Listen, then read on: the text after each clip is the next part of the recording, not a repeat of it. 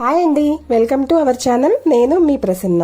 ఈరోజు వీడియోలో మనం సొరకాయతో ఈజీగా చేసుకునే ఒక స్నాక్ రెసిపీని చూద్దాము. 10-15 నిమిషాల్లోనే చేసేసుకోవచ్చు. వీటిని సొరకాయ గారెలు అంటారు, సొరకాయ అప్పాలు అంటారు. పైన క్రిస్పీగా లోపల సాఫ్ట్గా చాలా అంటే చాలా రుచిగా ఉంటాయండి. ఎక్కువ టైం పట్టదు, మనకి ఎప్పుడు కావాలంటే అప్పుడు చకచకా చేసేసుకోవచ్చు.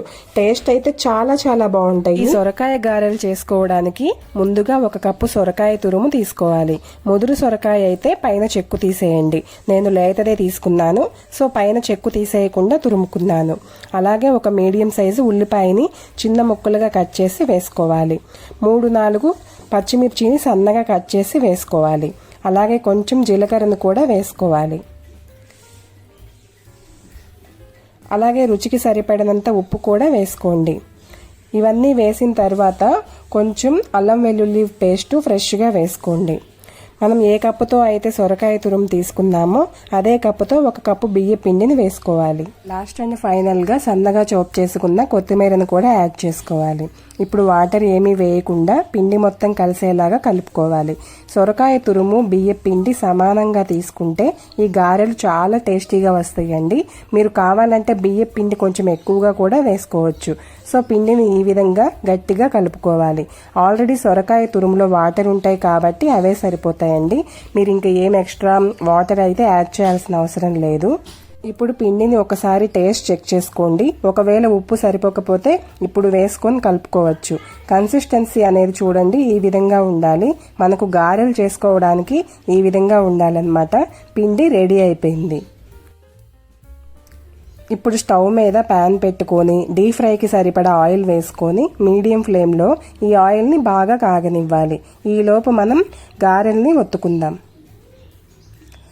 ఆయిల్ ప్యాకెట్ కవర్ కానీ మిల్క్ ప్యాకెట్ కవర్ కానీ లేదా ఒక క్లాత్ని తడిపి దాని మీద తగినంత పిండిని తీసుకొని గారెల్లాగా రౌండ్గా ఒత్తుకోవాలన్నమాట. సో మరీ లావుగా చేయకూడదు, అలా అని చెప్పేసి పల్చగా కూడా చేయకూడదండి. కొంచెం మందంగా ఉంటే సరిపోతుంది. చూడండి, ఈ విధంగా ఉండాలి.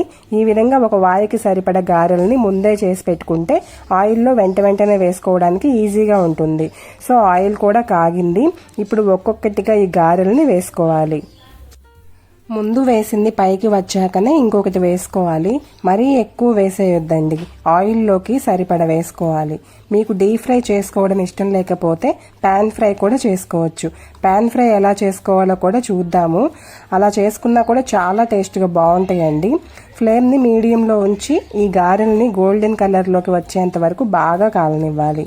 ఒకవైపు కాలిన తర్వాత నిదానంగా రెండో వైపుకి టర్న్ చేయాలి.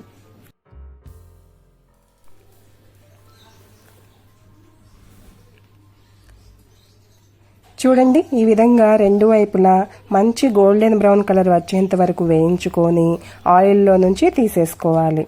మీకు బాగా క్రిస్పీగా కావాలి అనుకుంటే మరి కొంచెం సేపు వేయించుకోవచ్చండి. ఈ స్టేజ్లో తీసేస్తే పైన క్రిస్పీగా లోపల సాఫ్ట్గా ఉంటాయి అన్నమాట.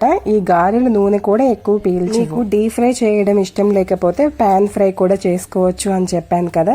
దానికోసం ముందుగా స్టవ్ వెలిగించుకొని పాన్ పెట్టుకొని పాన్ పైన ఇలాగా ఆయిల్ అనేది అప్లై చేయాలన్నమాట.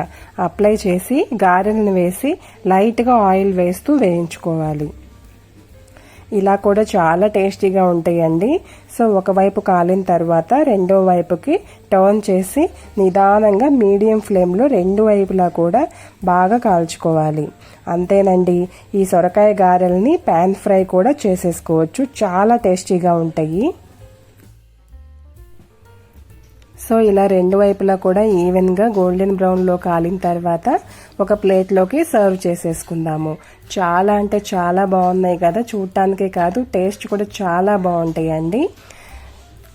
చూసారు కదా సొరకాయ గారెల్ని ఎంత ఈజీగా చేసుకోవచ్చో. పైన క్రిస్పీగా లోపల సాఫ్ట్గా చాలా చాలా బాగుంటాయండి.